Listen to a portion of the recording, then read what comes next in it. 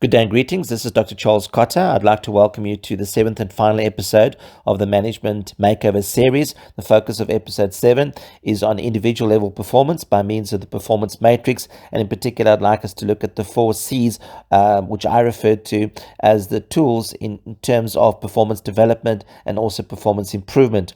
You'll recall from the 6 preceding episodes, the learning thrust and the objective of this particular management series is to refine and to improve on our management and leadership skills. And I hope that you benefited from viewing this particular series, not just in episode 7, but also the preceding episodes.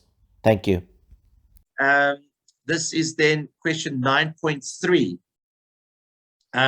What I would like you to look at with 9.3, I want us to cascade down then from team level performance. I want us to go down to individual level performance.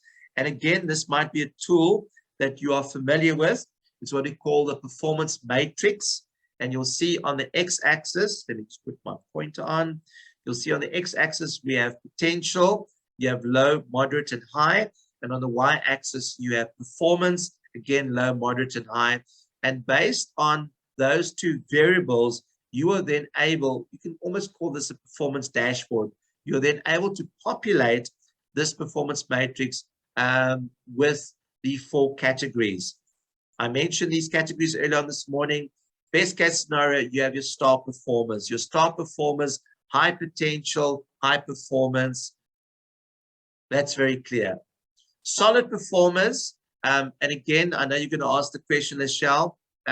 This analysis is always relative to their current roles, not future roles, not potential management roles. This is always relevant. This is your snapshot of the current roles.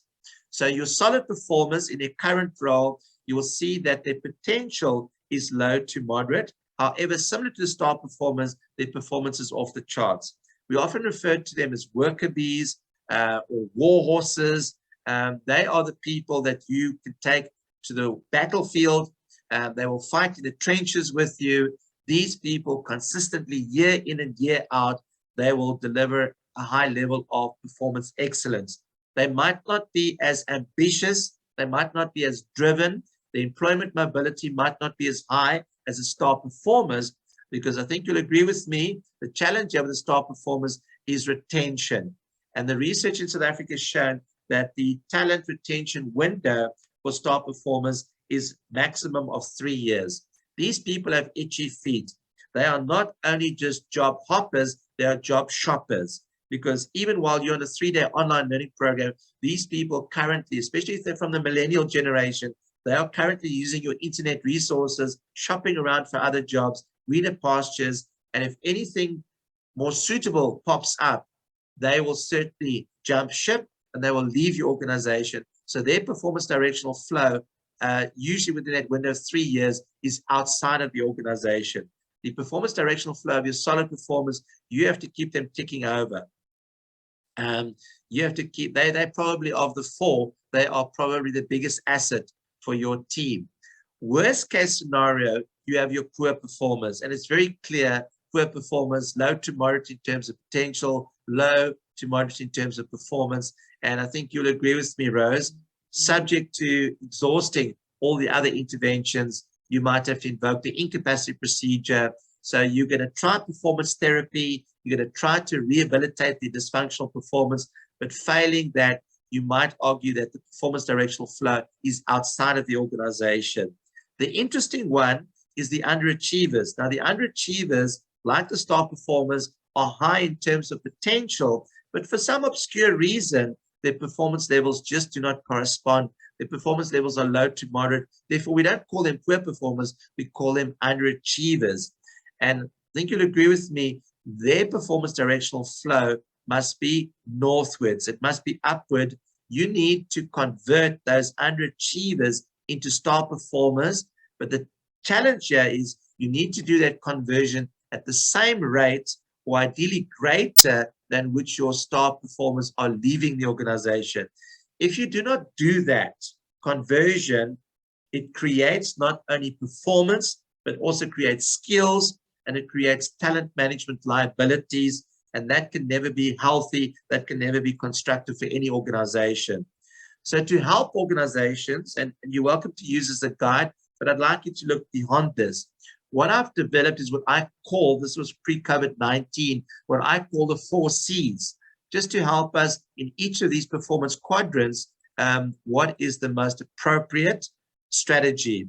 I believe, Rose, for your poor performers, you need to use performance-based counseling. I believe for your solid performers, you need to promote career development, or like we said, employment mobility, that horizontal job enlargement, career fluidity, career development, employment mobility, keep them ticking over, oscillating at that level. I believe that in that window of 3 years of talent and performance retention, you need to capitalize on your star performers. The marketers, those of you that have got good marketing background, you will know we often refer to these as the cash cows. You need to milk that talent dry. You need to exhaust that talent when it leaves, and it will leave. When the talent leaves, make sure that you've exhausted, you've capitalized on that talent as much as possible. And I believe, I've used this term repeatedly over the past 3 days, I believe for your underachievers, to convert them into star performers, you need to use performance-based coaching. These would be my 4 guidelines, the 4 C's for each of these. But it's very clear that, again, similar to motivation that we said yesterday, you cannot have a one-size-fits-all approach. You really need to adapt and customize your performance development and your performance improvement strategies. So let me just reiterate, when I talk about performance development, collectively, I'm referring to the solid performers and the star performers. That is then the umbrella of performance development. However, when I talk about performance improvement, I'm then collectively referring to the poor performers and the underachievers. The bottom left and the bottom right-hand quadrant, that is performance improvement. And when I talk about performance development, I'm talking about the top left and the top right-hand quadrant. That is then my solid performers, probably the biggest asset for me, but also my star performers.